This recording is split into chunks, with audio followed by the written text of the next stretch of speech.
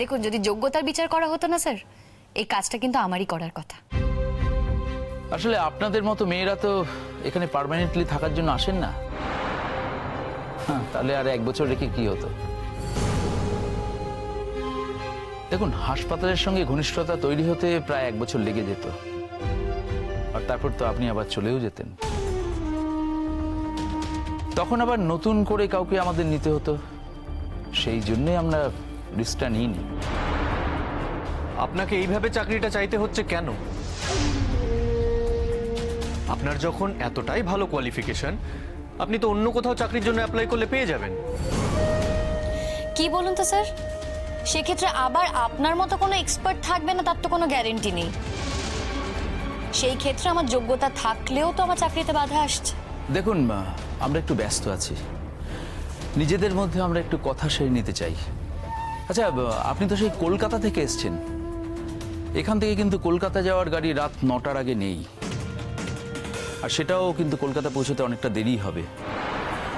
এখনই তো প্রায় সন্ধে সন্ধে হয়ে আসছে, এখান থেকে স্টেশনটাও অনেকটা দূর, আর স্টেশনে যেতে গেলে কিন্তু একটা খুব খারাপ জায়গা পেরিয়ে যেতে হয়।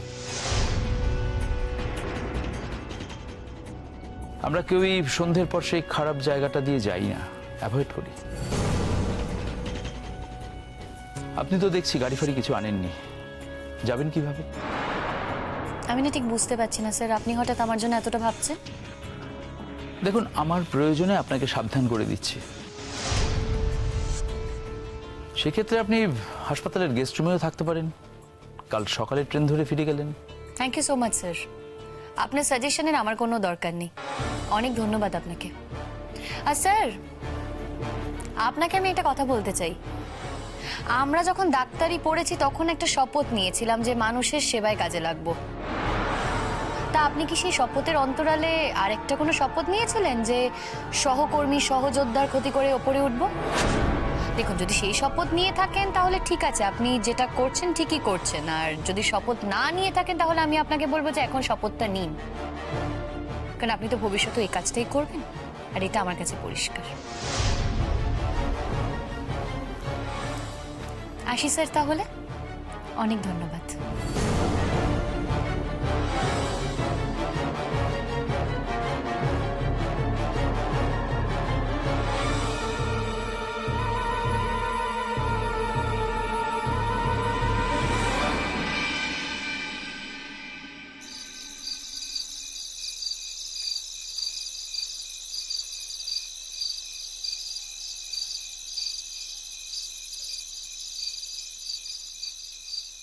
কি হলো দাদা? দিদি, এবার আমাকে ছেড়ে দিন। ছেড়ে দিন মানে? স্টেশন তো এখনো আসেনি, আপনি হঠাৎ মাঝ রাস্তায় দাঁড় করিয়ে বলছেন ছেড়ে দিন।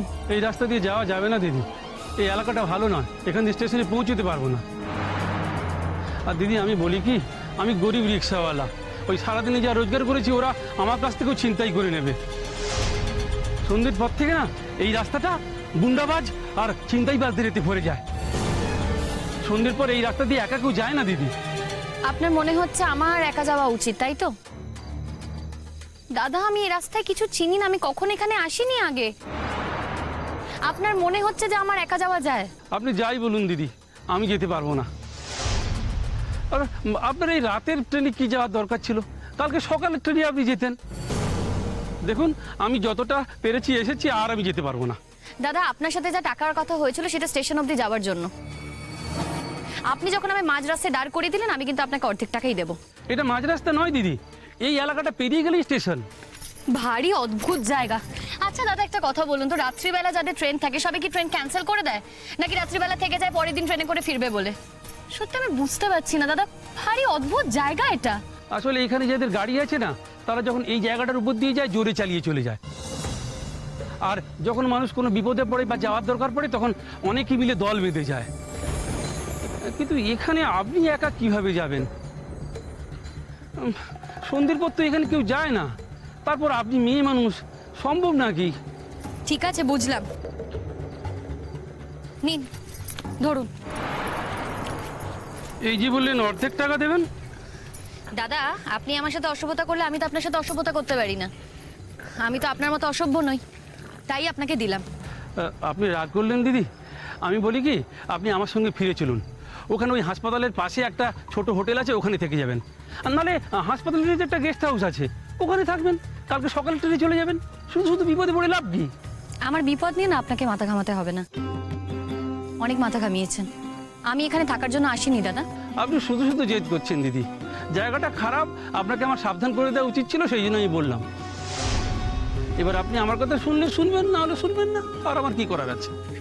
আপনার যখন কিছু করারই নেই দাদা, তাহলে আপনি চলে যান। টাকা তো পেয়ে গেছেন। আপনার একবারও মনে হলো না না যে একা মেয়ে স্টেশনে যাবে, তাকে পৌঁছে দেওয়া যাক? সত্যি দাদা শুনুন, আমার না এমনি দেরি হয়ে গেছে। এখন স্টেশনে গিয়ে ট্রেন মিস করবো কিনা জানি না। আর ট্রেন মিস করে গেলে তো আমাকে সারা রাত প্ল্যাটফর্মেই থাকতে হবে। না দিদি, এই ট্রেনটা রোজ খুব লেট করে। ট্রেনটা আপনি পেয়ে যাবেন। দাদা আপনি যান, বাড়ি যান। আপনার তো খুব ভয় করছে, যান।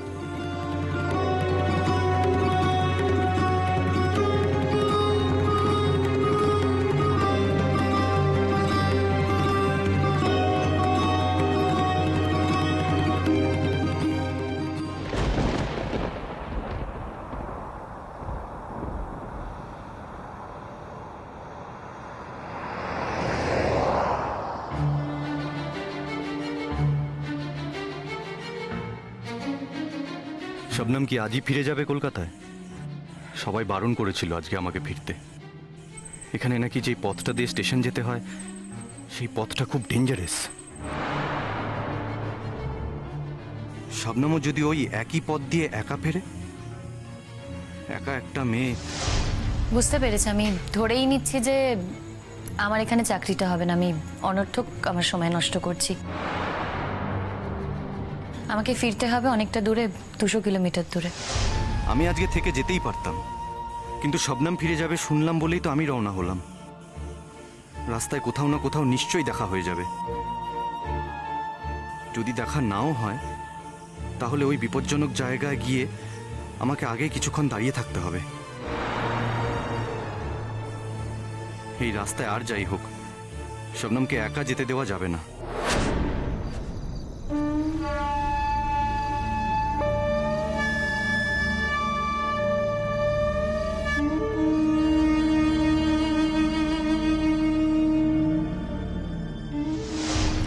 আমি সেটা খুব ভালো করেই জানি যে আপনার কোনো ওপিনিয়ন বদলাবে না। আর এক্সপার্ট হিসেবে আসা মানেই কিন্তু কাউকে বাস দেওয়া নয়, নিরপেক্ষ বিচার করা। সরি টু সে, আপনার মধ্যে সে নিরপেক্ষতা নেই। আমার উপরেও খুব রাগ করেছে, ভেবেছে আমিই ওর চাকরিটা খেয়ে নিলাম। করুক রাগ, কিন্তু আমি তো জানি আমি যা করেছি ওর ভালোর জন্যই করেছি। আমাকে ভুল বুঝবেই তো। আমাকে ও সারা জীবন ধরে ভুল বুঝে এসেছে, আর এখন তো সত্যি সত্যি ভুল বোঝার কারণও হয়েছে। তুই ড্রিঙ্ক করে এলে তোর কোনো খেয়াল থাকে না, সেদিনও ছিল না। নেশার ঘরে আমাকে শবনম বলে ভেবে তুই আমাকে খুব আদর করেছিলি যশ। তোর সেদিনের সেই আদরটা আমি আজও ক্যারি করছি। কি? প্রেগনেন্ট। আমি প্রেগনেন্ট যশ। রোহিণীর সঙ্গে আমি অবচেতনে যা করেছি, তার ফল রোহিণীর শরীরে আর দুদিনের মধ্যেই প্রকাশ পাবে। তারপর তো আর ওর দিকে আমি তাকাতে পারবো না। হাজার প্রয়োজন হলেও না আমি তোমার কাছে যাব না জজদা। যেদিন তোমাকে আমার প্রয়োজন হবে তার আগে আমি মরে যেতে চাই। তো তোমার কাছ থেকে সাহায্য নেওয়ার কথা আমি কোনোদিনও ভাববো না জজদা। শবনম, তুমি আমাকে ঘৃণা করতে চেয়েছো। এই ঘৃণাটাই তোমার আর আমার মধ্যে সত্যি হয়ে থেকে গেল। কিন্তু বিশ্বাস করো শবনম, আমি তোমাকে আজও সম্মান করি, একই রকমভাবে ভালোবাসি। আমার দিক থেকে আমি এখনো অবিচল।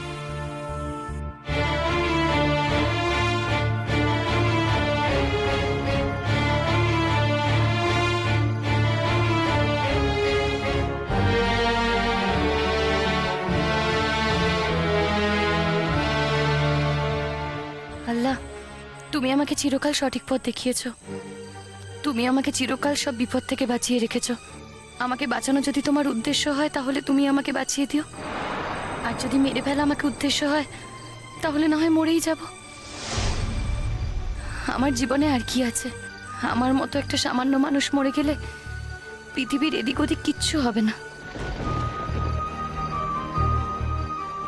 তবে কি আমি তো ডাক্তার হতে চাই, ডাক্তার হয়ে মানুষের সেবা করতে চাই। সেই সেবাটুকু সুযোগ না পেলে আমি যে মরে গিয়েও শান্তি পাবো না। তবু বলবো, যদি তোমার এই ইচ্ছে হয় তাহলে হোক, কিন্তু একটা কথা সত্যি, আমার কাছে তো আর কিছুই নেই। যদি খারাপ লোকদের পাল্লায় পড়ি, তারা কি আর পাবে আমার কাছে? না আছে টাকা, না আছে পয়সা, কিছুই তো নেই আমার। কিন্তু মেয়েদের আরেকটা জিনিস থাকে, সম্মান। কিন্তু একটা কথা বলে রাখি আল্লাহ, মরে যেতে রাজি আছি লড়াই করে, কিন্তু অপমানের মৃত্যু আমি মেনে নিতে পারবো না আল্লাহ। আমাকে সেই অপমান দিও না আল্লাহ, আমি যার মেনে নিতে পারছি না। জীবনে যাকে ঈশ্বর ভেবেছিলাম, জীবনে যাকে সব থেকে বেশি ভালোবেসেছিলাম, সে আমাকে সব থেকে বেশি অপমান করেছে, ঠকিয়েছে আমাকে। আর কোনো অপমান আমি নিতে পারবো না আল্লাহ, সত্যিই নিতে পারবো না।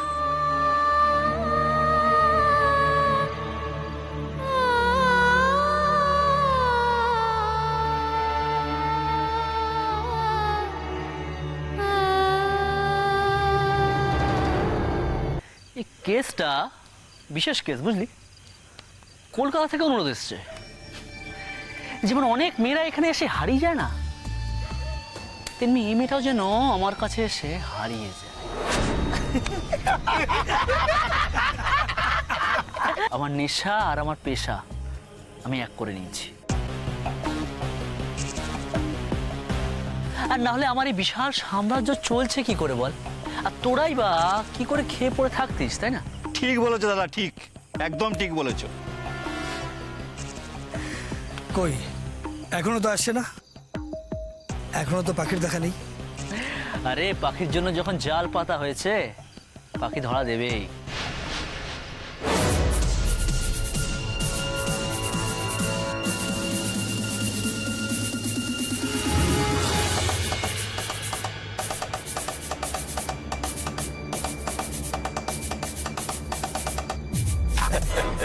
ওই যে কে যেন হেঁটে আসছে, মেয়ের মতো লাগছে। রে তোর কি হয়েছে? ছেলে মেয়ে সব গুলিয়ে ফেলেছিস, এর মধ্যে এই অবস্থা, টং হয়ে গেছিস একেবারে। হ্যাঁ? কি যে বলো দাদা, এত দূর থেকে দেখতে পাচ্ছিলাম না, এ আমাদের দিকে এগিয়ে আসছে।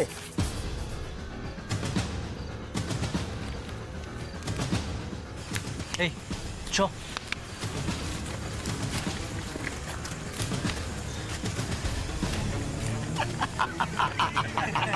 কি চাই আপনাদের? আপনারা কারা? ছাড়ুন! কি চাই আপনাদের? কিচ্ছু চাই না, তোমাকে আমার ডেরায় নিয়ে যেতে চাই, চলো। রানীর হালে রাখবো, চলো। আরে একবার যখন আমার গুহায় পা দিয়ে ফেলেছো, তখন আর বেরোনোর কোনো উপায় নেই। ছাড়ুন! ছাড়ুন বলছি! ছাড়ুন! তোমার ভাগ্য দাদার নজরে পড়েছো।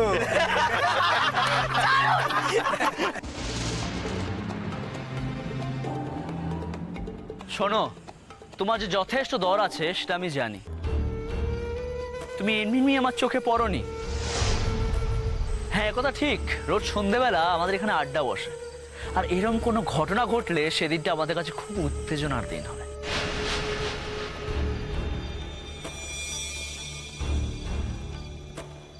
আর এরকম একা মেয়ে দেখলে আমরা তুলে নিয়ে যাই। হ্যাঁ, তোমার জন্য আমার কাছে উমেদারি এসেছে। এ তো আমার ভাগ্য যে তোমার মতন একজন মেয়ে নিজের ইচ্ছায় আমার ডেরা এসছে। চলো।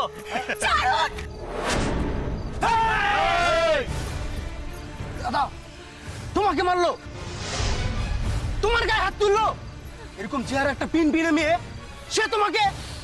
দাঁড়া, এটা ওর আর আমার মাঝখানের বোঝাপড়া। এটা আমাদের রাগ অনুরাগ চলছে, তোরা বুঝবি না। মুখ সামলে কথা বলুন, একদম মাঝে মাঝে কথা বলবেন না, আমি বলে দিচ্ছি। মুখ সামলে কথা বলুন। পথ ছাড়ুন আমার, পথ ছাড়ুন। তোমার কি মনে হয় তুমি যেতে পারবে? এতগুলো লোক আছি আমরা, তোমাকে তুলে নিয়ে গেলে তোমার তো কেল্লাফতে হয়ে যাবে। একটাও শব্দ বেরোবে না মুখ দিয়ে। আর তারপর কোথায় নিয়ে যাবো জানো? আমার বাড়িতে। আমার বাড়ি মানে আমার এক গোপন আস্থানা, সেখানে আমি এরকম মেয়েদের নিয়ে যাই। তোমার ভবিষ্যৎটাও আজ আমার হাতে তৈরি হয়ে গেল।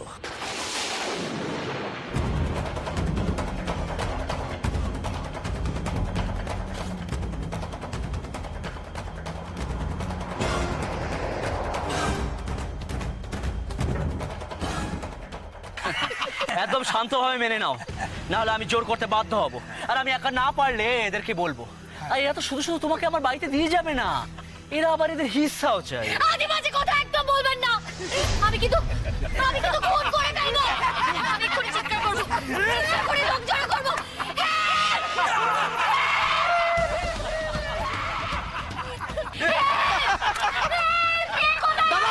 দাদা একটা গাড়ি।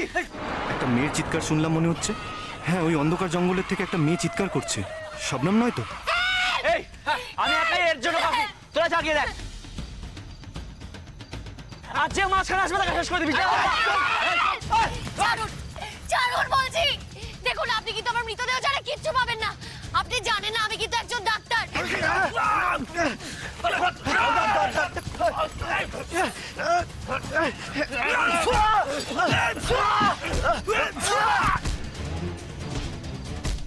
আমি মেরে ফেলবো, আমি নিজেকে শেষ করে ফেলবো। আমার এত বড় ক্ষতি করবেন না, দয়া করে আমার এত বড় ক্ষতি করবেন না।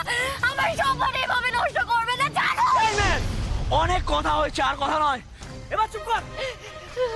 চল।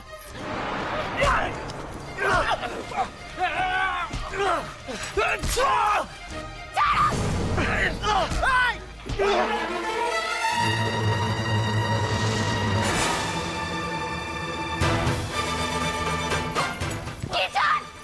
কি চান আপনারা? কি চান বলুন? আমাকে নিয়ে যেতে চান তো? ঠিক আছে, আমি যাবো। আমি রাজি, আপনাদের সাথে যেতে রাজি। কিন্তু ওকে ছেড়ে দিন। আপনারা ওকে ছেড়ে দিন। আপনারা যদি ওকে না ছেড়ে দেন, আমার মৃতদেহ ছাড়া কিন্তু কিচ্ছু পাবেন না।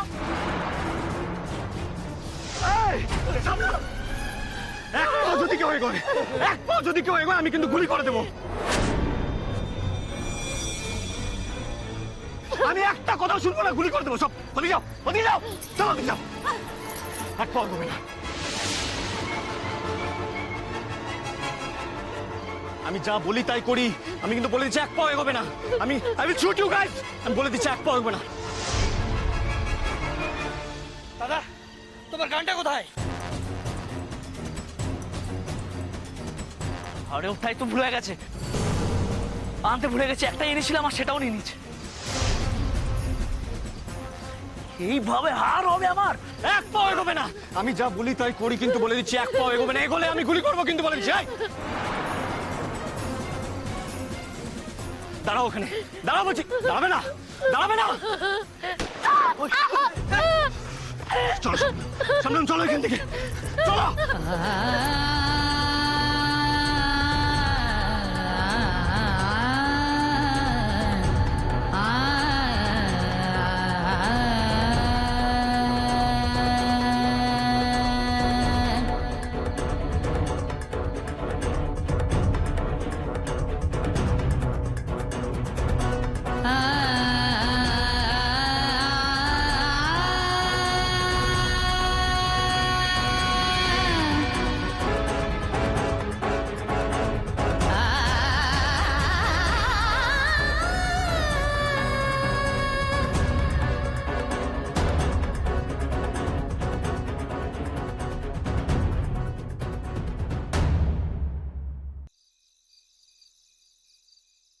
কেন জোর করছো আমাকে? কিসের জন্য জোর করছো? কেন নিয়ে এলে আমাকে এখানে? এটা একটা পাবলিক প্লেস, কিন্তু চিৎকার করো না। এটা রিসেপশন পাবলিক প্লেস, আর এই একটাই রিসোর্ট ছিল এখানে থাকার মতো। হ্যাঁ, ছোটখাটো হোটেল আছে, কিন্তু তার জন্য আমাদেরকে শহরে যেতে হবে। সেই একই ব্যাপার, একই পথ দিয়ে আমাকে যেতে হবে। আর সারা রাত তো ওই রাস্তায় দাঁড়িয়ে আমরা কথা বলতে পারতাম না। তোমাকে কি আমি বলেছিলাম আমাকে বাঁচাতে আসতে? না, তা তো বটেই, তুমি আমাকে বলোনি। এর আগে আগে যতবার আমি তোমাকে বাঁচিয়েছি তুমি বলেছো, তারপরে আমি তোমাকে বাঁচিয়েছি, তাই না? চলো এখন। হাতটা ছাড়ো। আমি ধরতে চাইনি তোমার হাত। জানি তো ধরতে চাওনি, তাই তোমাকে বলছি হাতটা ছাড়ো। তোমার হাতটা ধরার ইচ্ছে ছিল না আমার, ধরতে বাধ্য হয়েছি আমি। তোমার হাতটা ধরতে বাধ্য হয়েছি কারণ আমি চাই না এখানে কোনো নাটক হোক। এটা একটা পাবলিক প্লেস শবনম, এখানে কোনো সিন ক্রিয়েট করতে চাই না আমি। যতই নির্জুম হয়ে যাক না কেন, লোকজন তো আছে এখানে, তারা বেরিয়ে আসতেই পারে। তারা বেরিয়ে এসে যদি আমাদের দুজনকে এভাবে দেখে, সেটা যে আমার জন্য খুব একটা সুখের হবে না, এটুকু আমি শিওর। তা এখানে থাকবো নাকি সারা রাত? তুমি চাইলে নাও থাকতে পারো শোনা, আরেকটা ট্রায়াল দিতে পারো, তুমি স্টেশনে যাও। কিন্তু স্টেশনে গিয়ে কোনো লাভ হবে না, আজ রাতে আর কোনো ট্রেন নেই এখান থেকে। চাইলে তুমি আরেকবার যেতে পারো। তুমি কি আমাকে টিজ করছো? না না না, তোমাকে টিজ করবো কি করে? তোমাকে টিজ করার মতন সাহস হবে কি করে আমার? তুমি না আমার অনেক ক্ষতি করেছো, অনেক সর্বনাশ করেছো তুমি আমার। নতুন করে আমাকে নিয়ে বিদ্রুপ করে আর নিজেকে আমার কাছে ছোট করো না। হ্যাঁ তা তো ঠিক, আমি তোমার ক্ষতি করে গেছি, তার বিনিময়ে তুমি আমার লাভই করে গেছো। তুমি তো কোনোদিন আমার কোনো ক্ষতি করোই নি। আমি না ওসব কথা নিয়ে এখন আলোচনা করতে চাই না, এসব কথা প্লিজ বাদ দাও। হ্যাঁ আমি বাদ দিয়েছিলাম, কথাটা আমি তুলিনি, কথাটা তুমি তুলেছো। হ্যাঁ আমি তুলেছি, আমি তুলতে বাধ্য হয়েছে, 100 বার আমি তুলবো কথাটা। আজকে আমার তোমার জন্য চাকরিটা হয়নি, কিসের জন্য গো? কিসের জন্য তুমি আমার চাকরিটা হতে দাওনি? জলসা, কেন তুমি আমার এত ক্ষতি করছো? আমি তো এখন তোমার বাড়িতে থাকি না, কি লাভ তোমার আমার ক্ষতি করে? লাভ ক্ষতির বিচার এক একজন এক একভাবে করে শবনম। তোমার কাছে যেটা লাভ সেটা হয়তো আমার কাছে লোকসান, আবার হয়তো তোমার কাছে যেটা লোকসান সেটা আমার কাছে লাভ। এই শোনো, তোমার না এসব হেয়ালি কথা শুনতে আমার একদম ভালো লাগছে না। আমি শুধু তোমাকে একটা প্রশ্ন করেছি, কিসের জন্য তুমি আমার চাকরিটা হতে দাওনি? কি ক্ষতি হয়ে যেত তোমার?